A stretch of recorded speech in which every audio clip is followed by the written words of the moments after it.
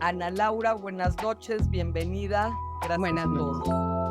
eh, acompañarnos y por compartirnos tus conocimientos, darnos tanta información valiosa en estos tiempos donde hay más información que nos llega por todos lados para que podamos pues defender lo que es correcto, nuestra fe y poder transmitirlo a nuestras familias y a nuestro entorno. Ana Laura, ella es administradora de grupo aquí en nuestro apostolado. Ella es licenciada en Ciencias de la Familia, cuenta con maestría y doctorado en psicoterapia humanista. Eh, Cuenta con diplomados en orientación familiar, educación de la sexualidad, realidad familiar contemporánea, tanatología, logoterapia y terapia racional emotiva. Cuenta con certificación en atención a la adicción de la pornografía y en psicobioterapia. Tiene 15 años de experiencia en psicoterapia y más de 30 impartiendo conferencias en temas de familia, formación de los hijos, integración matrimonial, sexualidad, ideología de género, manejo de las emociones, duelos, entre otros temas. Bienvenida, Ana Laura, eres coanfitriona, puedes ampliar la pantalla, anclarte. Mira, Estamos no sé eso de anclarme, pero sí puedo compartir. perfectos.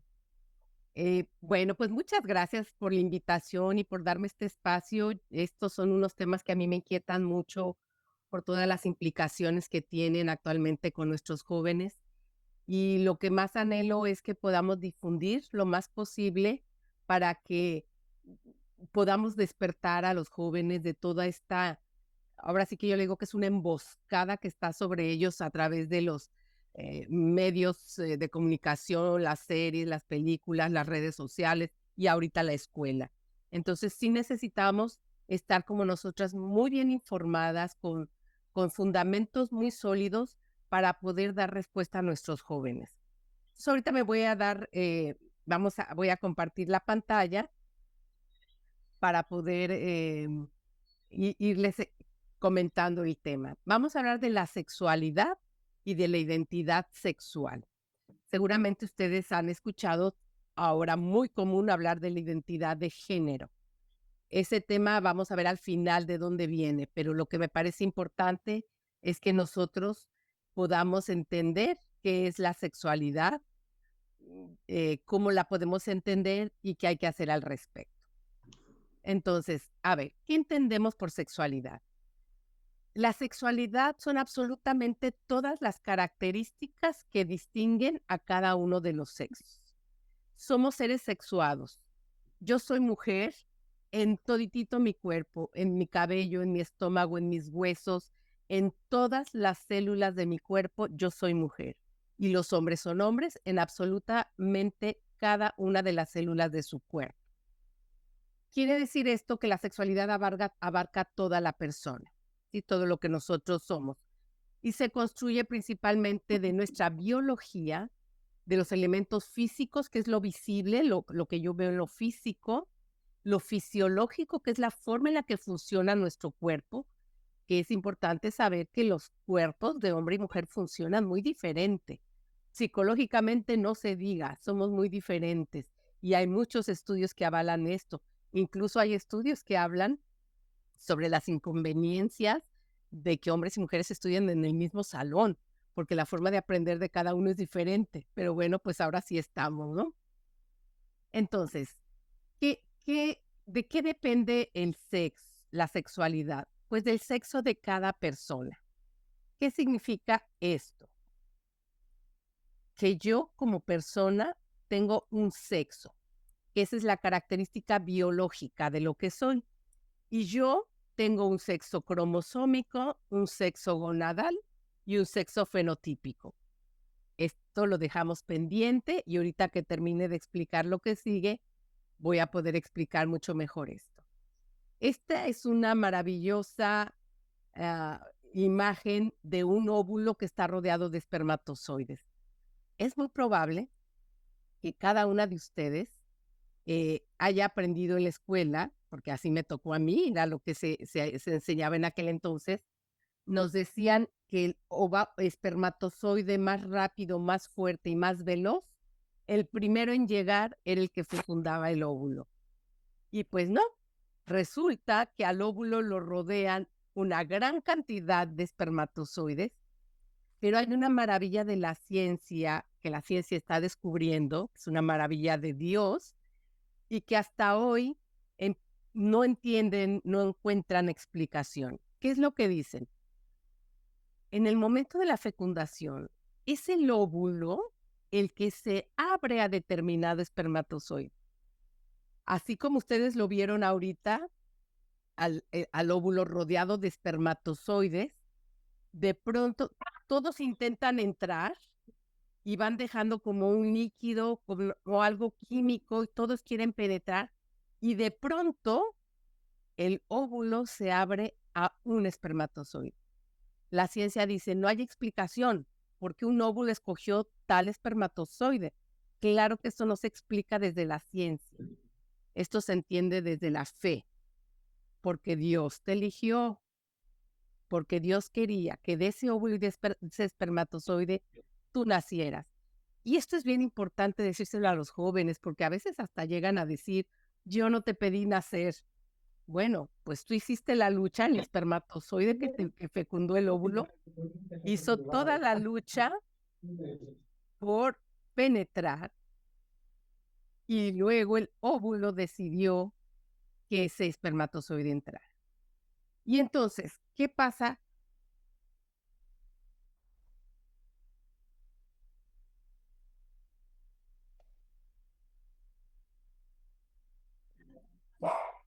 Ah, se congeló la imagen. Perdón, es que al silenciar, me quedé silenciada yo. Perdón, No, fui yo. Ahorita, no. ahorita voy a ver si Vero o Adriana me apoyan porque silencié a Adriana, que es coanfitriona. No, Perdón, ya, Gilma. perdón, Ok, ya. sí, no hay Una problema. disculpa. No pasa nada. Bien, entonces este óvulo es X, tiene sus cromosomas, una X, y los espermatozoides, uno tienen un cromosoma Y y otros tienen un cromosoma X. Cuando se fecundan, un X y un X va a dar una mujer y un X y un Y va a dar un hombre. Y aquí, esta es una célula para que entendamos, toda mi piel, todos mis sistemas están compuestos por miles de millones de células. Y en cada una de las células viene absolutamente toda la información de mí.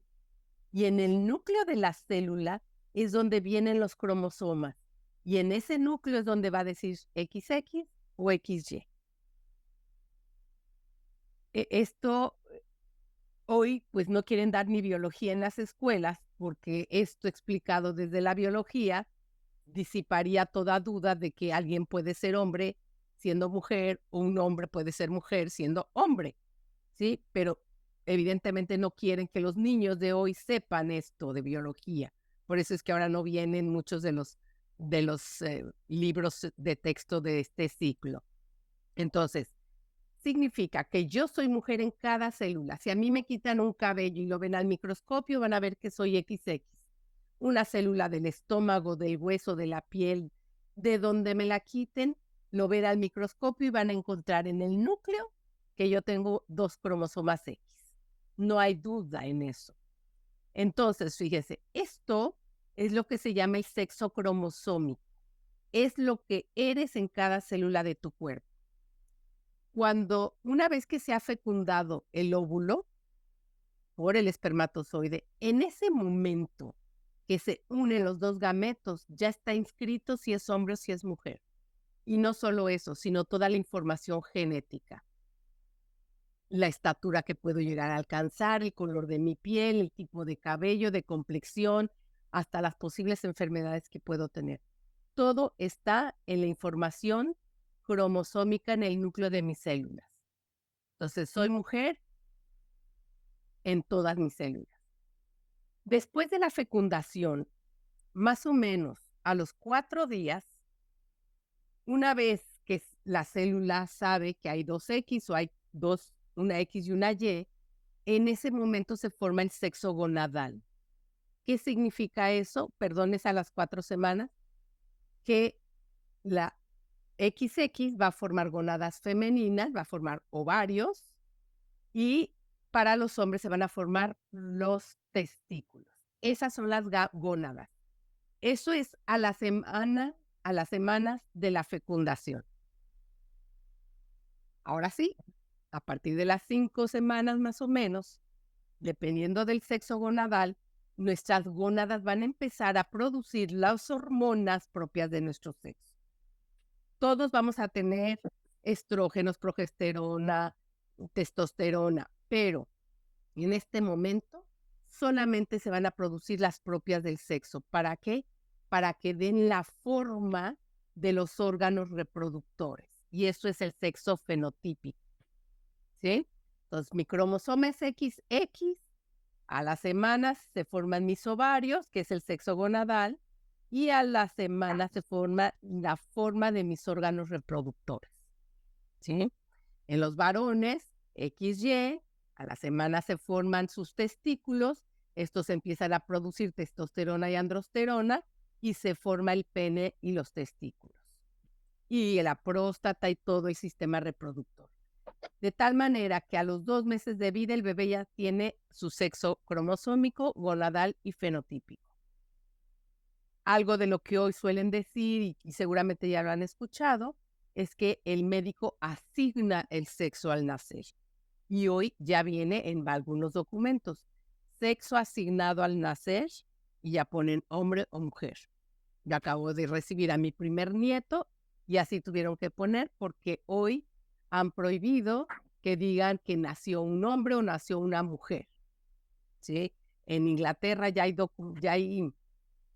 pues sí, documentos que impiden que así lo pongan. En México todavía es voluntario, pero a nadie le asignan un sexo al nacer. Nace un bebé, el doctor ve que tiene testículos y pene, asume que tiene testículos, y entonces asume que es XY. Así de fácil.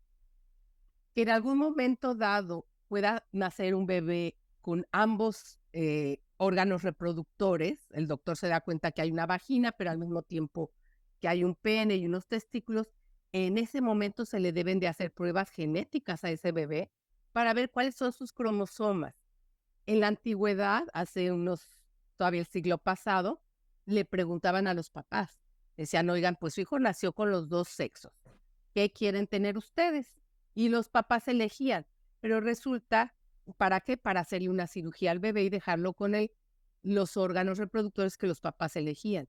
Pero al cabo del tiempo, la adolescencia, aparecen las hormonas propias de los cromosomas, o sea, del sexo cromosómico, y entonces resulta que lo dejaban como hombre y a la mera hora empezaba a producir pecho y a producir estrógenos porque realmente cromosómicamente era mujer.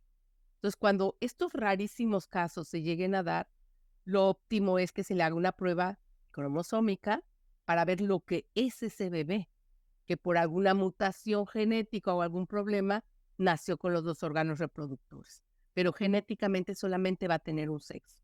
Y eso es lo que hay que entender y lo que hay que tener claro. ¿Qué es importante con esto? Bueno, pues que si es XX va a ser mujer toda su vida. Y si es XY va a ser hombre toda su vida. ¿Cuál es el riesgo de lo que está ocurriendo hoy con los transgéneros? Que en la adolescencia quieren meter bloqueadores hormonales para que no se desarrollen de acuerdo a su sexo y después darles bloqueadores cruzados del sexo opuesto. Y lo único que están causando principalmente es esterilidad, infertilidad, defectos de crecimiento porque ya no van a crecer. Perdón. Y muchas otras complicaciones por el uso hormonal. Es importante saber que todas nuestras diferencias están marcadas en todo nuestro cuerpo, pero en toda nuestra fisiología. Les voy a dar una diferencia entre el hombre y la mujer. El hombre produce en su cuerpo una enzima que las mujeres no producimos. y es la enzima que sirve para procesar el alcohol. Entonces resulta que el hombre produce amilasa alcohólica y las mujeres no la producimos. ¿Qué significa esto? Que un hombre tiene una ingesta de alcohol. El alcohol tiene dos formas de procesarse. Se metaboliza vía digestiva, pasa al estómago, al hígado y de ahí a los órganos de absorción, los intestinos. Y también otra vía es la aérea. Una vez que alguien toma alcohol, se va al sistema respiratorio y de ahí al cerebro. Por eso es el alcoholímetro, porque con eso miden cuánto alcohol ha ingerido. Y algo grave que está ocurriendo en los antros es que ahora les dan el alcohol fumado, ¿sí? No pasa por sistema digestivo, pero va directo al cerebro. Bueno, las mujeres no producimos esa enzima. Hagamos lo que hagamos, no la podemos producir. Y entonces, ¿qué pasa con nuestro cuerpo? Una mujer que ingiere alcohol pasa directamente, sin haberse procesado en el estómago, hacia el hígado. Si yo pongo un hombre y una mujer que beben la misma cantidad de alcohol, es más factible que una mujer tenga una cirrosis hepática que a un hombre, o que se le suba más rápido que al hombre, porque no tenemos ese proceso digestivo. Y eso no lo vamos a poder cambiar. Es una diferencia anatómica y fisiológica que tenemos, ¿sí? Solamente por el hecho de ser hombre y mujer. Ay, creo que me regresó. Pero bueno, ahorita me alcanzo. Ok. Dentro de las diferencias que tenemos está el sistema óseo. Si ustedes se fijan, la forma de nuestros huesos de la cintura pélvica son muy diferentes en el hombre que en la mujer. Gracias a esto podemos dar a luz, gracias a esta apertura que tenemos. Y eso no lo va a cambiar ni las hormonas que tomen ni nada. Eso lo está en nuestras células óseas. El peritoneo también es diferente, el contorno pélvico, en la mujer es más redondo, en el hombre más triangular. El sacro, la forma la tenemos muy diferente el hombre y la mujer. Y aquí vale la pena mencionar que estos huesos son los que tenemos en la parte de la cadera, de la espalda, y que justo se llaman sacro porque significa que van a proteger lo más sagrado, que es la vida, ¿sí? Quienes le pusieron el nombre lo sabían muy bien, aunque ahora la vida esté tan desprestigiada. Otra diferencia entre el hombre y la mujer es la órbita ocular. En la mujer es más redondeada y en el hombre es más rectangular. Otra diferencia es la famosa gabela, que tienen aquí los hombres, esta como prominencia que tienen en la parte de la frente, y la mandíbula, ¿no? En la mujer es un poco menos pronunciada que en el hombre tiene más cuadrada. Y estas son diferencias que tenemos nada más por ser hombre y mujer. Si estas diferencias las tenemos en el sistema óseo, júrenlo que lo tenemos en nuestro sistema muscular. El hombre tiene, digamos, en sus huesos, de la cintura para arriba en su masa muscular, tiene 60% más masa muscular que una mujer.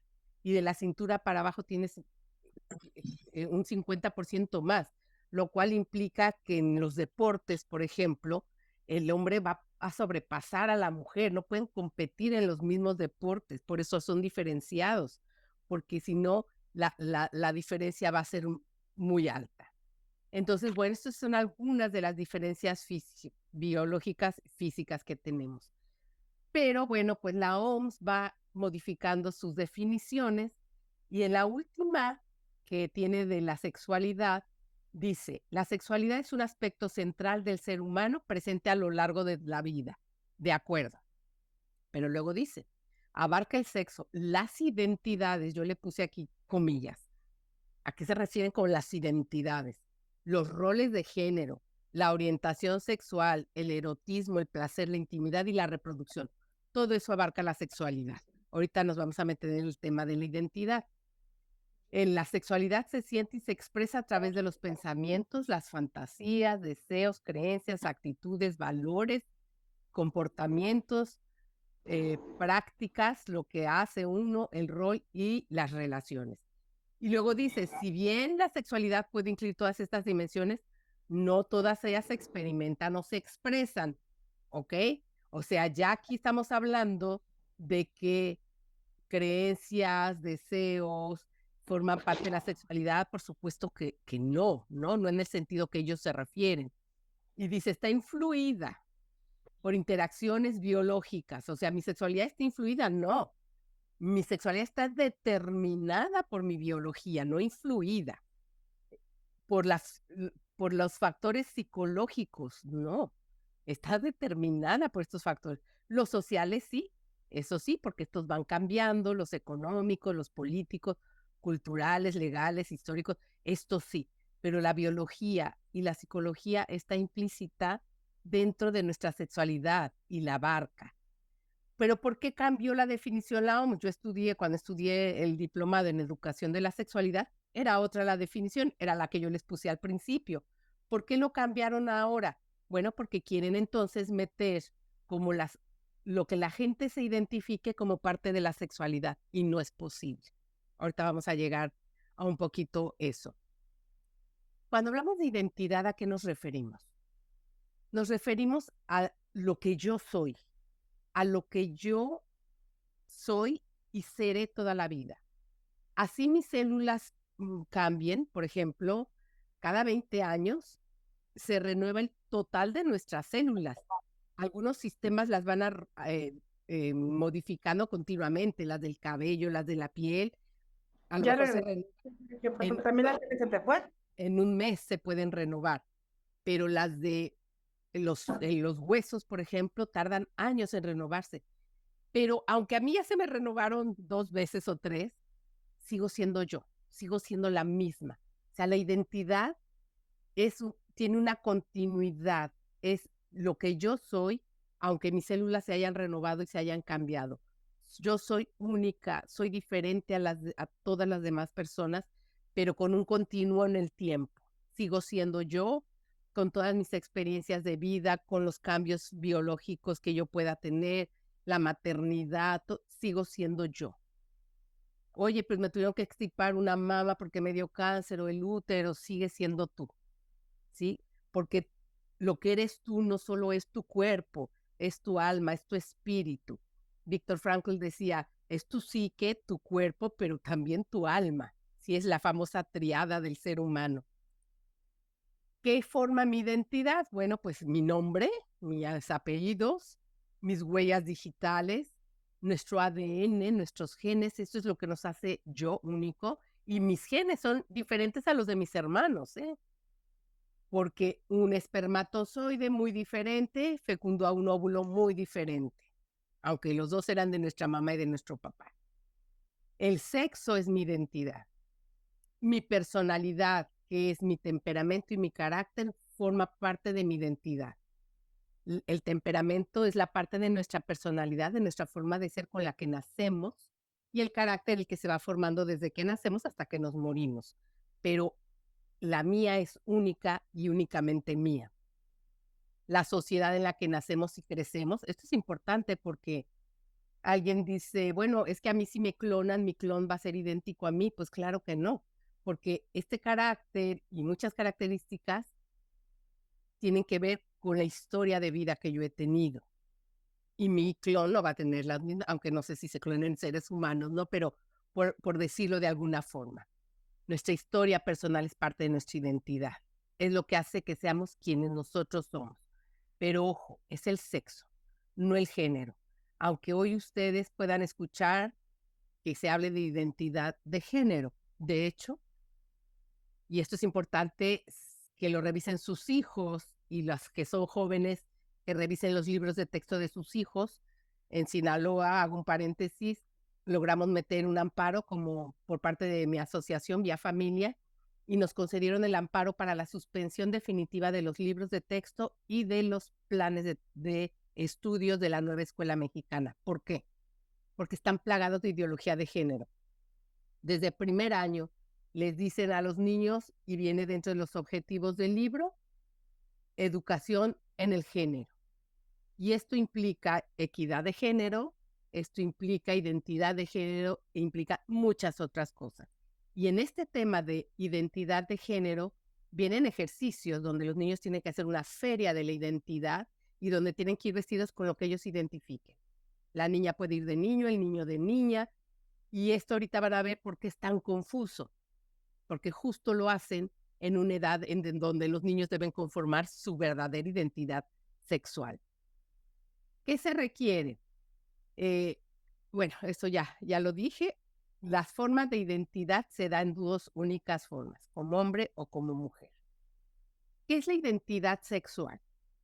Es la convicción íntima, ese deseo profundo, ese sentimiento internalizado de ser lo que yo soy, mujer, y los hombres como hombres.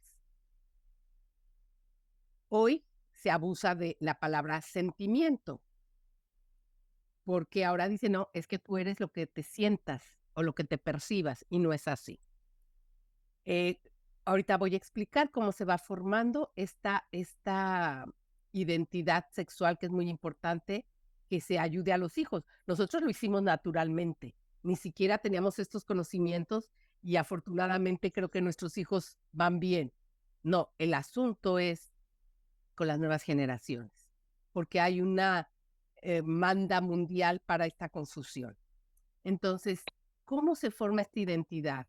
Bueno, hay una edad para conformar esta identidad, ¿sí? Normalmente se da alrededor de los 3 años a los 6 años. Oye, pero la niña no se identificó bien con su sexo, el niño no se identificó bien, no hay problema. Va a llegar a la adolescencia y ahí se va a confirmar su identidad sexual. Pues vamos hablando un poquito de esto. ¿Qué dice la psicología? Hay 13 aspectos que van a influir en que una niña se defina claramente como niña y un niño como niño. Uno es su sexo biológico, lo que es.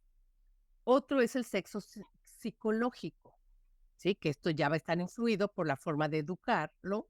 Y otro el sexo sociológico, todo el entorno. Esto es importante mencionarlo porque por lo menos me ha tocado, no sé si les haya tocado ver algunos videos en donde lo que están diciendo es que mamás dicen, no, es que mi hijo va a ser niña cuando sea grande y lo empiezan a vestir de niña desde chico, ¿verdad? Este es el absurdo. A ver, voy a mencionar lo que voy a hablar está fundamentado en algo que Freud hizo bien. A pesar de que era un hombre que cometió muchísimos errores, es el único que desarrolló las etapas de desarrollo psicosexual de los niños. Y hasta hoy nadie se lo ha refutado, ¿sí? No ha habido ningún psicólogo, ningún psiquiatra que haya dicho, hey, estás mal. ¿Cuál fue el problema de Freud? Que se entró en la sexualidad todo, ¿no? Pero algo de lo que dijo tiene mucho que ver con esto que vamos a ver en este momento. Él dice, hay una etapa de los niños, primero es la primera infancia, que es desde que nace a los 3 años, donde la figura más importante para el bebé va a ser su mamá. ¿Por qué? Porque viene de una dependencia física y emocional desde el embarazo.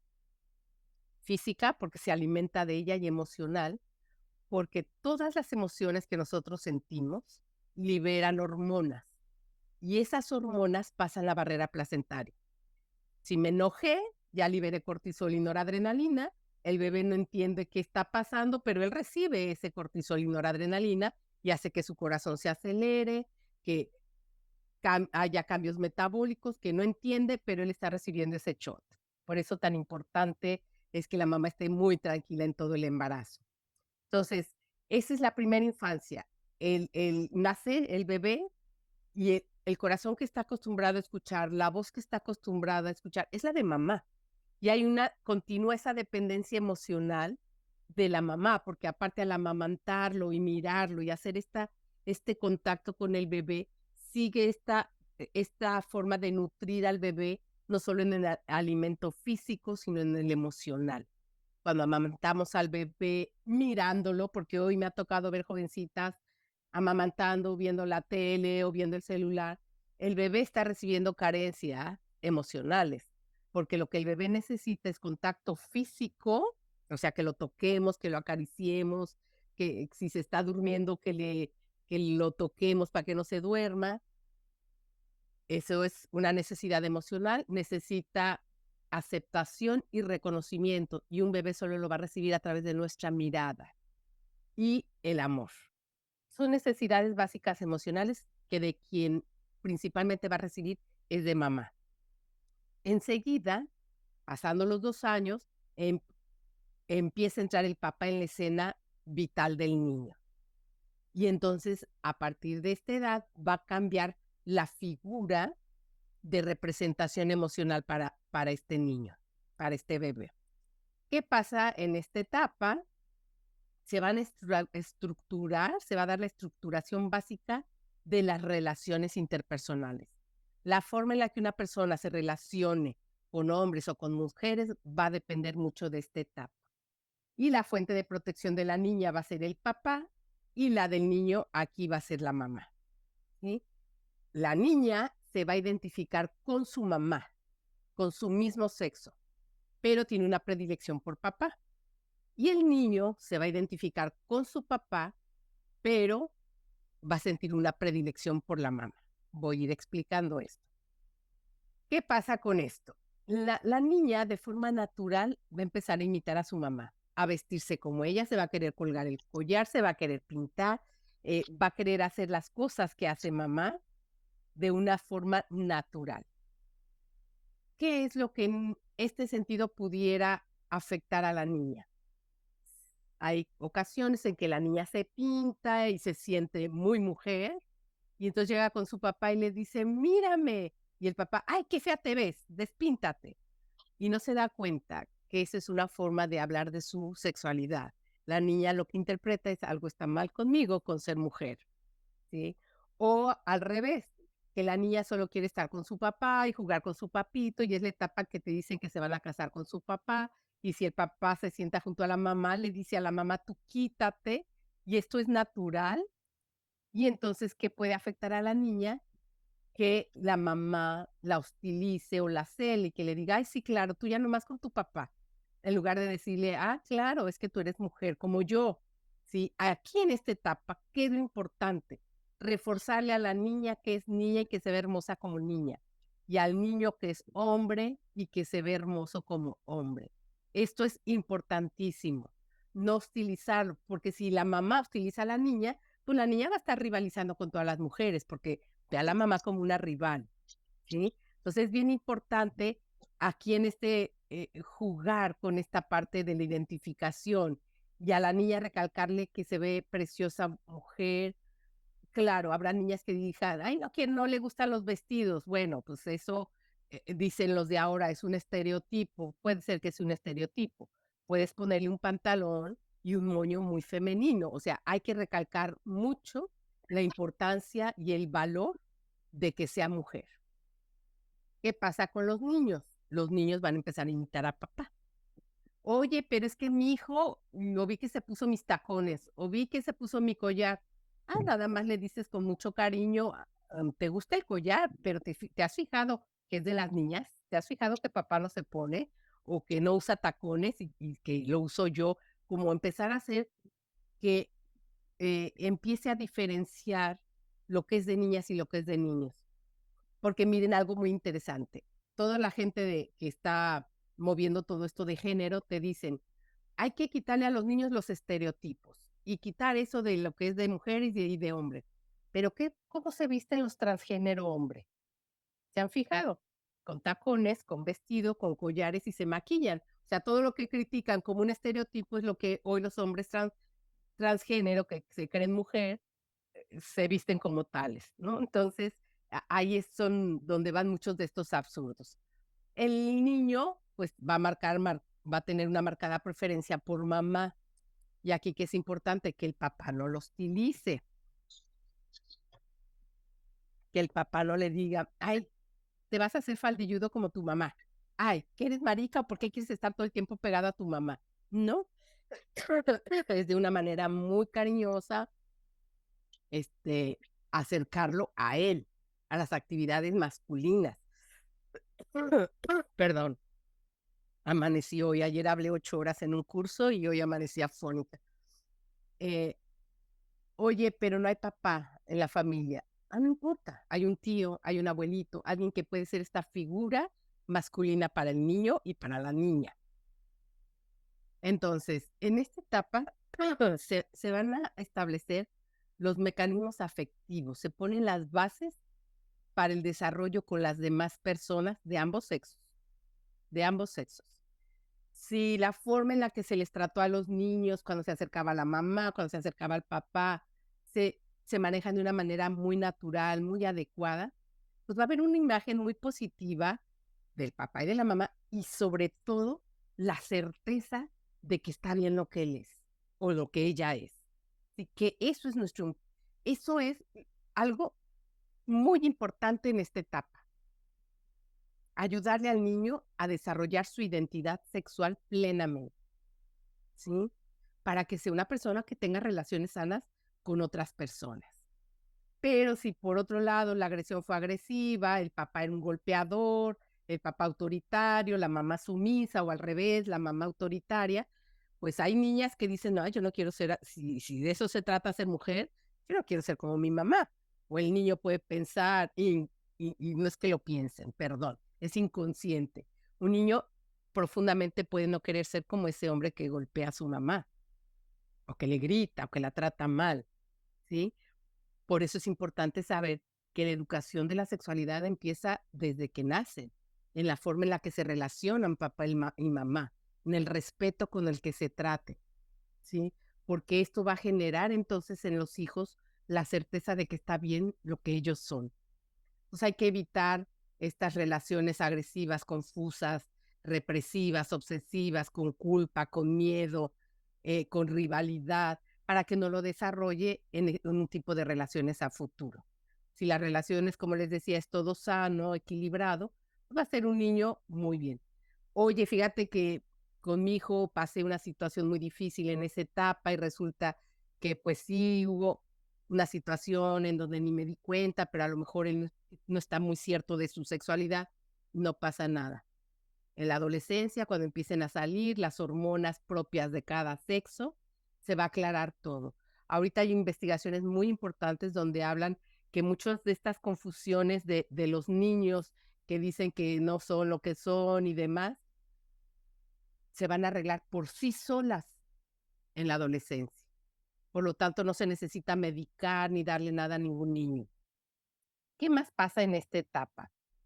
En esta etapa, el interés del niño se va a centrar en los genitales. Es la etapa en la que ellos juegan al doctor, los niños quieren subirle la falda a las niñas, se espían en los baños, porque es una etapa de descubrimiento de su sexualidad. Naturalmente, cuando la mamá le quita el pañal, pues ¿qué hacen los niños? Se tocan sus genitales y las niñas. Es parte del descubrimiento. Y esto hay que ayudarlo a que lo vivan de una forma muy natural, de que no lo vivan con conflicto, nada de que niño cochino, y cosas de esa etapa, sino que su descubrimiento de su propio cuerpo sea de una manera muy sana, muy natural. Y claro, pues lo encontraste espiando a la niña, pues tiene curiosidad, entonces hay que hablar de esos temas, ¿sí? A esa edad, sí, porque ahorita ya se los van a hablar en la escuela. Entonces es importante que nosotros nos adelantemos, porque nosotros lo vamos a hacer con nuestros propios valores, no en la escuela. Entonces, esta etapa va a ser la importante de la afirmación en su sexualidad. Ahora, alguien me dice, oye, pues mi hijo, resulta que pues lo veo amanerado, lo veo que se menea. Bueno, cuando está chiquito hay que voltear a ver qué, qué figura está él imitando. Hay niños que imitan más a la mamá, lo cual nos dice que está demasiado tiempo con ella y necesita que el papá se involucre mucho más. O si no hay papá en la familia, bueno, pues que el abuelo, un tío, alguien cercano a la familia se involucre más como un ejemplo visible para el niño. De la identidad sexual no va a depender la orientación sexual. ¿A qué le llaman orientación? Todas estas palabras significan lo mismo. Orientación sexual, tendencia, inclinación o preferencia es la atracción sexual, erótica, emocional o amorosa de una persona a otra. Entonces, ¿esto va a depender de su identidad? No. ¿Qué es lo que está pasando hoy en día? Que resulta que a lo mejor alguien tiene una orientación hacia su mismo sexo y entonces lo malinterpreta y dice, entonces soy mujer, me gustan los hombres, entonces soy mujer. Y empieza a pensar que es transexual porque así se lo están manejando hoy en las redes sociales. Hay algo hoy que se llama el fenómeno de contagio social, a través de lo cual están confundiendo mucho a los adolescentes, a los niños. Yo siempre digo, ningún niño menor de 12, 13 años debiera tener redes sociales ni internet abierto.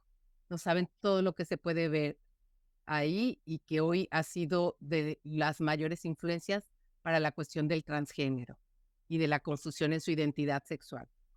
Bueno, pues todavía según la Asociación Americana de Psicología, hay 3 tipos de orientación sexual. La heterosexual, que es la atracción al sexo opuesto, la homosexual, que es la atracción al mismo sexo, y la bisexual, que es a ambos sexos. Esto todavía hago hincapié de que todavía es así, porque resulta que hoy ya están inventando una serie de orientaciones, porque dicen, si un transexual le gusta a un hombre, entonces ya es trans, no sé qué, no existe nada de eso. Estas son las formas todavía reconocidas hasta ahora. Cuando hablamos de homosexualidad, estamos hablando de una persona que tiene una atracción emocional, erótica o amorosa a una persona de su mismo sexo. Y esto ha existido a lo largo de toda la humanidad, no es novedad. ¿Cuál es la novedad? Que hoy se sacó el tema de la homosexualidad de la vida privada para pasarlo al dominio público y por lo tanto al legal, a la política. Y entonces empezaron con leyes de el matrimonio homosexual, con una serie de leyes ahorita hasta de cambio de género, y digo género intencionalmente porque el sexo jamás se va a poder cambiar. Ahorita vamos a ver bien eso. Entonces, eso es el cambio que hay ahora, que se sacó de la vida privada para hacerlo político, para hacerlo público, de tal manera que ahora ya están pidiendo que en los congresos de los estados y en el federal para que haya equidad e inclusión, están diciendo, antes era paridad de género, ¿no? Que haya la misma cantidad de hombres que de mujeres. Ahora no, pues hay que abrirle un espacio a los transexuales, a los homosexuales. Entonces resulta que su vida sexual privada ahora es un motivo para darles un espacio en la política. Eso es lo que ha cambiado el día de hoy. Y hay que distinguir muy bien entre lo que es una persona homosexual, una persona que lleva su vida privada sin hacer alarde públicamente, a lo que es el lobby gay. ¿Qué se conoce como un lobby? Un lobby es un grupo de personas con mucho dinero, muchos recursos económicos, que hace lobby en los congresos para imponer leyes, comportamientos, adoctrinamientos. Entonces, el lobby LGTB es el que financia las series, es el que financia la pornografía, el que financia la moda de cuán escotado y con las minifaldas y cómo se visten ahora la gente, es el que financia y adoctrina a través de las redes sociales y ahora en las escuelas. Eso es lo que llamamos el lobby y estamos totalmente en contra de esto, porque es una forma de manipular a las personas y que todo esto lleva a un mismo fin. Todas estas políticas que han implementado el lobby gay es para reducir la población, porque 2 hombres no se reproducen, 2 mujeres no se reproducen. Y entonces viene desde los tratados de Kissinger, McNamara, todos esos manuales que hay que leer, cómo están llevando todo para la reducción de la población. Por eso es que hoy decimos, ay, ahora hay más homosexuales que nunca. No, bueno, aparte de que ahora son más visibles, hay un lobby muy fuerte detrás de esto, justo para darles visibilidad. Y en esa visibilidad, ¿cuál es el objetivo? Hacer que nosotros lo veamos todo normal, normalizar, ¿sí? Bien, hoy, ¿qué dice la ciencia sobre la homosexualidad? Pues que ya se revisó todo el genoma humano y no hay ningún gen que diga que la homosexualidad tenga su origen genético. Aún cuando dicen, no, es que en tal familia hay muchos que se les conoce, sí, pero no es algo genético. Esto tiene que ver más con cuestiones psicológicas, con cuestiones del funcionamiento familiar. Entonces, ¿qué es la comunidad o el lobby LGTB que es el que debemos pelear y oponernos? Es un grupo de presión formado por activistas u organizaciones con gran capacidad. Aquí Rockefeller, Kissinger, todos estos están aportando dinero, la Fundación Ford para todo esto. Todos los que ponen su logotipo cambiado, en el mes del orgullo, todos estos tienen que ver con esta cuestión. ¿Y cuál es la presión al gobierno?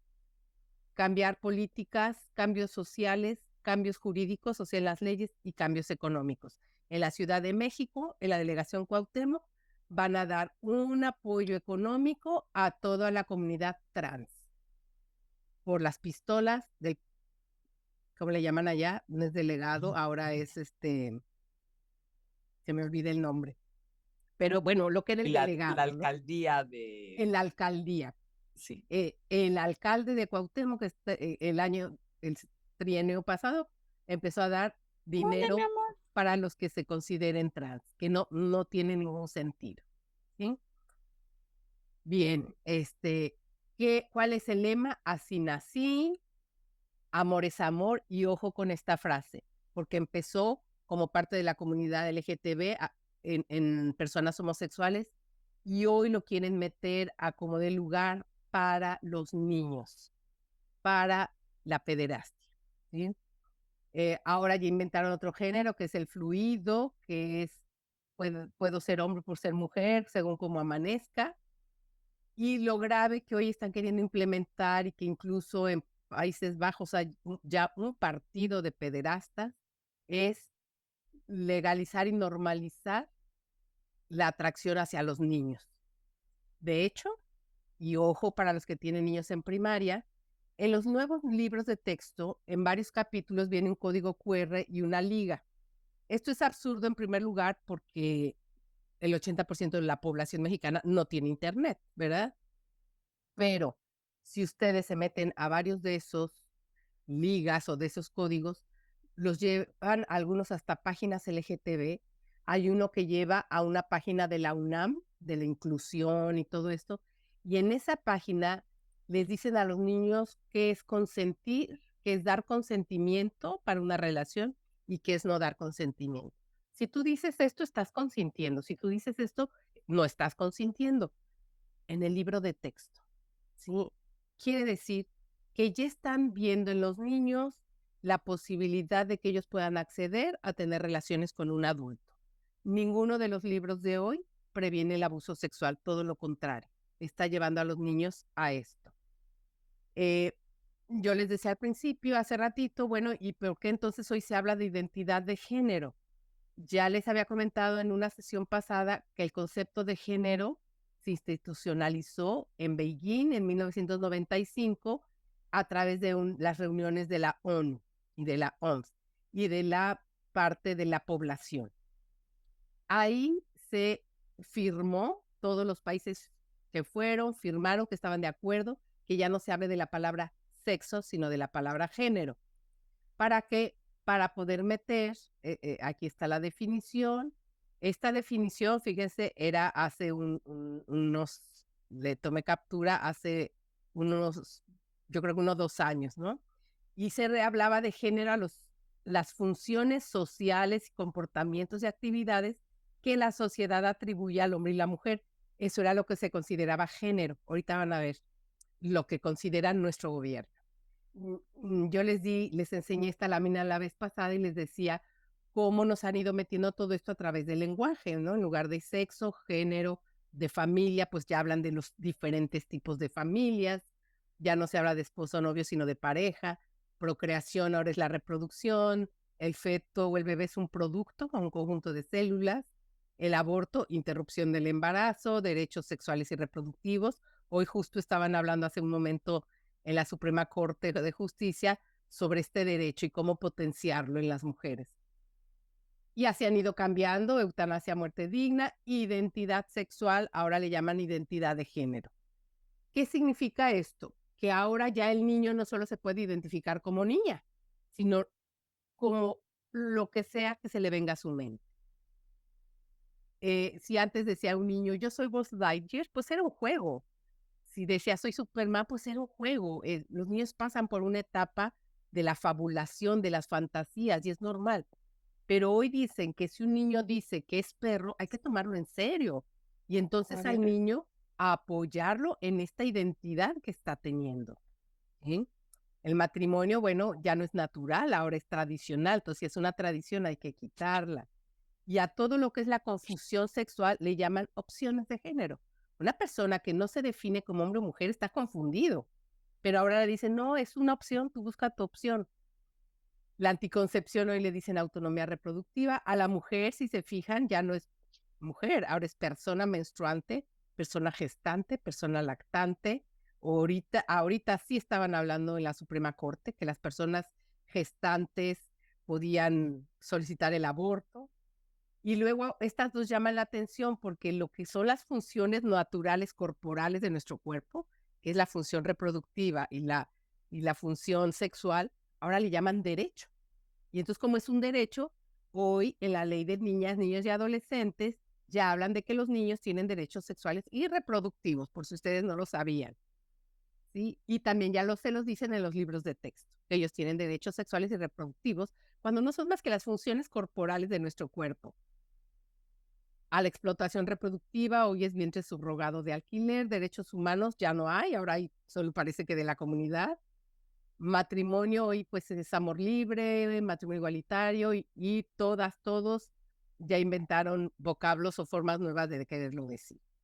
¿Qué está pasando hoy? La sexualidad está infravalorada, ¿sí? Por un lado, se le ha perdido su valor, todo lo que implica la sexualidad como compromiso de la persona plenamente, se banaliza, se minimiza, se relativiza el impacto que tiene en la persona. Yo esto se los escucho, yo soy voluntaria de BIFAC y de pronto pues les digo a las niñas, si les pregunto, oye, ¿y tu esposo, tu pareja? Ay, no, ni lo conocía, fue saliendo del antro.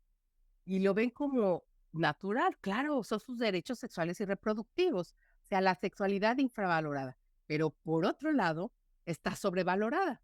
Se le da una importancia social que no es la justa, se sale del contexto de la intimidad, se espera que cumpla expectativas demasiado altas. Esto es por la pornografía, que podría ser un tema interesante para dar continuidad porque es algo que está sobrepasando a toda la terapia. En los consultorios estamos llenos de personas adictas a la pornografía y además invade toda la sociedad ahora la sexualidad. Todos los aspectos, la publicidad, las películas, las series, las redes, la música, todo con letra hipersexualizada, machista, misógina y cosas que no tendrían que venir ni al caso, vienen escenas, a las niñas las visten como adultitas, la publicidad siempre está sexualizada, vamos hasta los videojuegos para los niños, ¿no? Con este tipo de personajes. Y entonces, ahora sí, ¿qué es la identidad de género de acuerdo a la Secretaría de Gobernación de México? Es el concepto que se tiene de uno mismo como ser sexual y de los sentimientos que esto conlleva. Ojo, es lo que yo creo de mí y el autoconcepto, la autopercepción y lo que yo siento. Entonces, si hoy me siento hombre, soy hombre, y si hoy me siento mujer, soy mujer. O sea, ¿desde cuándo los sentimientos tienen que ver con la sexualidad, como la vimos en un principio? Dice, se relacionan cómo vivimos y sentimos nuestro cuerpo, desde la experiencia personal y cómo lo llevamos al ámbito público. Es donde digo, sale de la esfera privada para convertirse en el dominio público. Dice, la identidad de género se trata de la forma individual e interna de vivir el género, ya no el sexo, lo cual podría o no corresponder con el sexo con el que nacimos. ¿Sí? Estas definiciones vienen para sus hijos, los que tienen en edad escolar, y viene también, por supuesto, en todas las políticas que hoy se están implementando. Esta definición conlleva a que, bueno, pues hoy los niños puedan ser niñas. Esta publicidad es de España. Las niñas hay niñas con pene o niñas sin pene, niños con vulva o niños sin vulva. Esto es falso, ¿sí? Y por supuesto, todo esto que ya vimos la vez pasada, que son el enfoque hacia el transgénero, transedad, transespecie y todas las cosas que se les ocurran. Nosotros tenemos que luchar y evitar hablar con la palabra género. Les decía al principio que me invitaron a una develación del género de un bebé y les dije, no es género, es sexo. Es lo mismo. Me dijeron, claro que no, porque el sexo es biológico. Entonces vamos a la develación del sexo del bebé, ¿sí? Nosotros tenemos que combatir ese lenguaje, no utilizarlo, no usar el todes, el todos con X. Y cuando nos hablen de su identidad de género, decir es identidad sexual. El género es una invención que ya tiene algunos años, pero fue un invento creado. Yo con esto cierro mi participación. Aquí yo estoy en la presidencia de la organización Vía Familia y tenemos redes sociales. Ahí subimos muchísima información sobre todo esto, de lo que hablamos hoy, sobre el género, sobre la identidad, sobre todas estas locuras que estamos viviendo. Y bueno, pues si quieren seguirnos, ahí pueden tener una mucho mayor información. Y bueno, pues dejamos espacio para si alguien tiene alguna pregunta, algún comentario, alguna duda, pues aquí se los dejamos abierto. Muchas gracias, Ana Laura. Pues seguramente hay muchas preguntas. Te agradecemos que compartas tus conocimientos y sobre todo, bueno, valiosísimo para cada una de nosotras el ser firmes, como bien mencionas, con el lenguaje. El lenguaje es muy importante en toda esta introducción pues, de ideologías, la implementación de todo esto que nos quieren introducir a las sociedades y es a nivel mundial. Y bueno, pues ahora sí, chicas, empiecen